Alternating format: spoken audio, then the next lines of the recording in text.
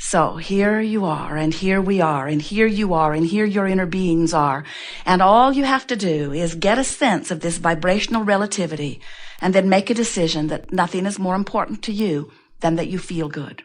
And then bit by bit, and we really mean that, bit by bit, incrementally work your way up the emotional scale. The emotional scale goes from despair or depression all the way up to ecstasy or bliss or joy. And the frequency between joy and depression, the vibrational frequencies, are very different. And you can tell that they're different because when you feel joy, you know how that feels. When you feel depression or despair, you know how that feels. That's your indicator of the vibrational variances or the differences in the frequencies. So brilliant teachers like Joseph Campbell, there have been many, say to you, follow your bliss. And we say, good idea. Except sometimes you can't even get a whiff of bliss. And law of attraction doesn't help you find bliss when you're in despair. Law of attraction only allows you or divvies out to you or provides for you more things that are pretty close to where you're already vibrating. So if something has happened and it's gotten your attention and you're feeling pretty awful about it, that vibration is active within you and you can't receive what's happening over here. That's why when your Abraham friends come to you and say, don't you know you create your own reality? You need to cheer up. You want to say to them, it's not possible I create my own reality or you'd be gone. Because their bright-eyed, bushy-tailed, fluffy, in-your-face vibration is just plain annoying when you're in a different place on the vibrational scale. You can't hear them and they can't hear you, and you should not be playing together. Really, you should not. Because the person who is in joy, unless they are able and willing to adjust their vibration way down to meet you, that's the misery loves company thing. Or unless you can somehow bring your vibration up to meet them, you two don't have anything to talk about and you shouldn't even be together. Nice to know, isn't it? Well, here we have a room full of teachers who think that that word is synonymous with servants. Shouldn't I provide the service that I was born to provide? Don't I owe it to the downtrodden to bring them out of it? And we say, of course you are uplifters. But balancing your energy is what you are here about. And those who will benefit by your balanced energy, source energy and law of attraction will point in your direction. And so when they show up in your experience, they're there for a reason. But the reason is not for you to meet them in their lower vibration. It's for them to have an opportunity to join you in your higher vibration. So your best work and your best service to those who surround you is to get as tuned in, tapped in, turned on as you can, get in vibrational alignment with who you are, and let law of attraction match you up. And when someone shows up in your experience, do your best to maintain your vibrational alignment. In other words, don't try to factor a third thing into the vibrational relativity. Are you getting this?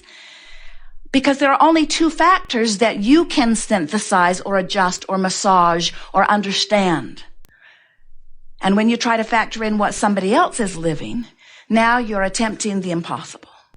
So there's a lot of vibrational alignment that takes place before manifestation begins to appear in your experience.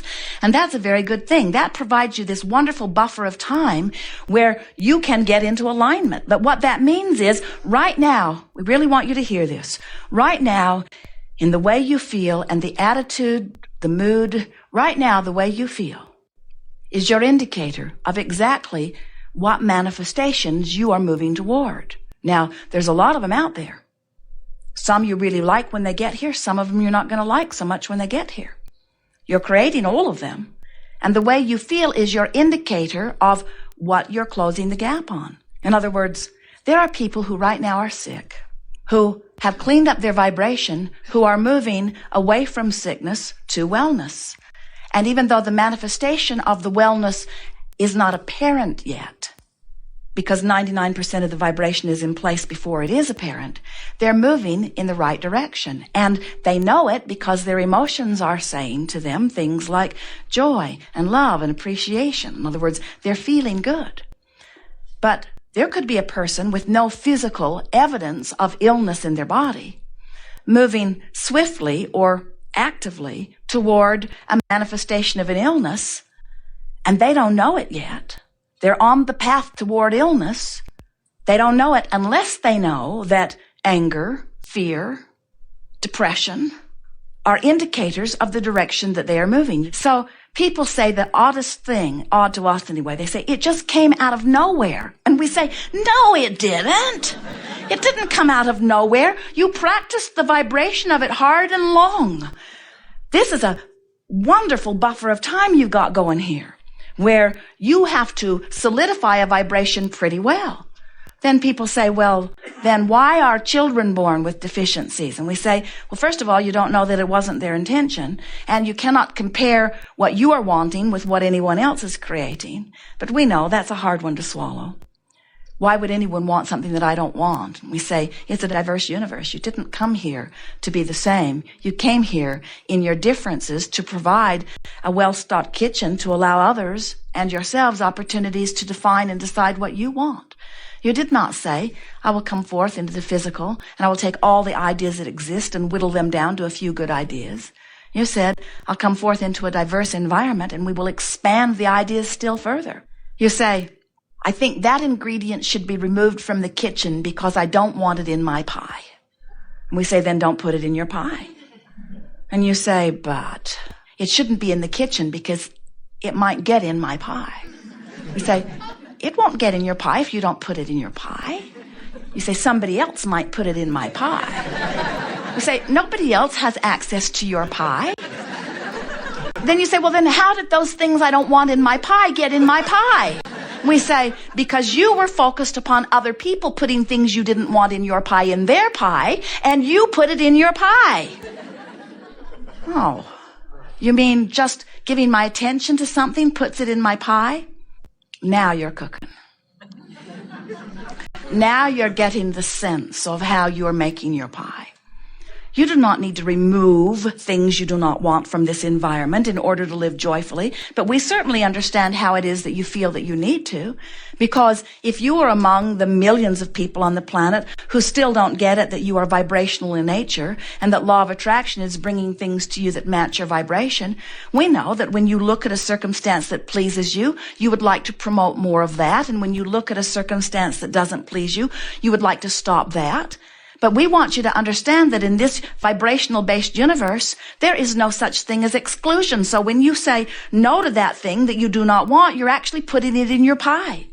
When you say yes to something, you include it. When you say no to something, you include it because your attention to it activates it in your vibration, and that's how it gets in your pie. So we can understand how when you look around and you see things you don't want, like diseases or terrorists or anything that is unwanted, and you shout no at it, you would like it to go away. We know you would. We don't blame you at all. We just want to help you to understand that your attention to it causes an activation of it in your vibration. And when something is active in your vibration, you're moving toward it. Don't fret about it. You have a huge buffer of time between the activation of something and the manifestation of something. And there's one more very significant point that we want to make to you. You are source energy embodied in these physical bodies. Well-being is the basis of all that you are. You don't have to work hard for well-being. You just have to stop doing that thing you're doing that is not allowing the well-being. There's not a source of well-being and a source of evil. You don't walk into a room and look for the dark switch on the wall. You don't expect to find some switch that causes a dark mist to cover the light. You know that you can turn the knob or push the button or flip the switch that resists the light, but the light is the source, and you're either allowing it or you're not. There's not a source of evil. There's not a source of sickness. There's only well-being, which you are letting in or not. And then you say, well, then where did the sickness come from? Where did the evil come from? Where did the not good come from? And we say, you get fixated on things you don't want. You activate it in your vibration. You beat the drum of it. You make a big deal about it. You join groups about it. You spread the news about it. Turn on your television and ask yourself, where does this stuff come from? You can't watch the Weather Channel without being indoctrinated with all of the deficiencies of your physical body. In other words, there are so many people who still believe that they can push hard enough against this thing that they do not want that they can make it go away. And we want you to understand they're just putting it in their pie. and they're just causing you to think about it until you've got it in your pie, and then they'll say, see, we told you it was a problem. And we say it's only a problem if it's active in your vibration. If it's not active in your vibration, it cannot touch you in any way, you see. So those well-meaning people, or maybe not so well-meaning people, maybe they've figured it out. Maybe they've figured out that the population is more willing to look at the things that they feel that they need to push against than they are willing to look at the things that they are wanting. And we say that has been a trend that is shifting. It is shifting powerfully in your environment today. Fewer people are watching television today than ever before. And the reason, well, not than ever before, but then from the peak. In other words, before there was television, no one was watching it. But then you got really good at watching it, and now you are pulling away from it because more and more of you are beginning to recognize, hey, I don't feel as good when I do this as I do when I don't. And so more and more people's own guidance systems, even though they are not fully understanding them, are guiding them toward their own lives and what they can manage and what they can do about. And we want you to understand that when you discover that you are the creator of your own reality, and that the way you live is only about the vibrational integrity between you and you, between what you've launched and how you feel right now. And when you make a decision and you begin speaking a mantra that says, nothing is more important than that I feel good, and then you add to it what we're giving you here today, which is, I'm going to do my best to find the best feeling thought that I have available to me right now. I'm not going to demand bliss from despair. I'm not going to even demand bliss from frustration. Not now, not right now, this red hot minute. I'm just going to reach for the best feeling thought that I can find. If I'm angry, I'm going to find something that feels a little less angry, because for me now, the relief factor is the new thing that I've got my finger on the pulse of. I'm going to begin to pay attention to what thoughts that I can think that can take the tension away from me, that can take the tension of fear or the tension of anger or the tension of not believing, the tension of yearning, even the tension of hoping. There's tension in hoping, isn't there? Because you want something that you don't really believe you can get, but you want it. There's tension in that. There's a sort of tug of war that is indicated to you by your emotions. One last thing, and then we'll talk to you about anything you want to talk about. It's good to make peace with where you are for a number of reasons. When you make peace with where you are, you improve the vibration of it right away, which moves you more swiftly to where you really want to be. When you make peace with where you are, you come immediately into vibrational alignment with what's being held for you in vibrational escrow, and those things begin to move into your experience right away. But the biggest reason that we want you to make peace with where you are is because you are physical fiends, and we, your non-physical fiends, friends, fiends, same difference, will always be incomplete. So the contrast is going to cause you to launch a rocket of desire, which at first you will not be a vibrational match to. But then you're going to deliberately reach for thoughts that feel better until you become a vibrational match to this new rocket of desire, and now it's going to manifest.